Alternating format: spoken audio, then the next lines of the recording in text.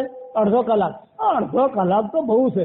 ઉઠાડતે મળશે 5 મિનિટ સુરત તુલ થવાના બાકી રહ્યો એટલે પછી શેઠ સાહેબ ઉભા થઈ, અને ઉભા થઈને પછી જે છે રજૂ કરવા જઈ અને આવો. અરે હું કહેજો ખાલી 2 મિનિટ રહી ગઈ છે. અરે દિલમાં ટોપિયાલ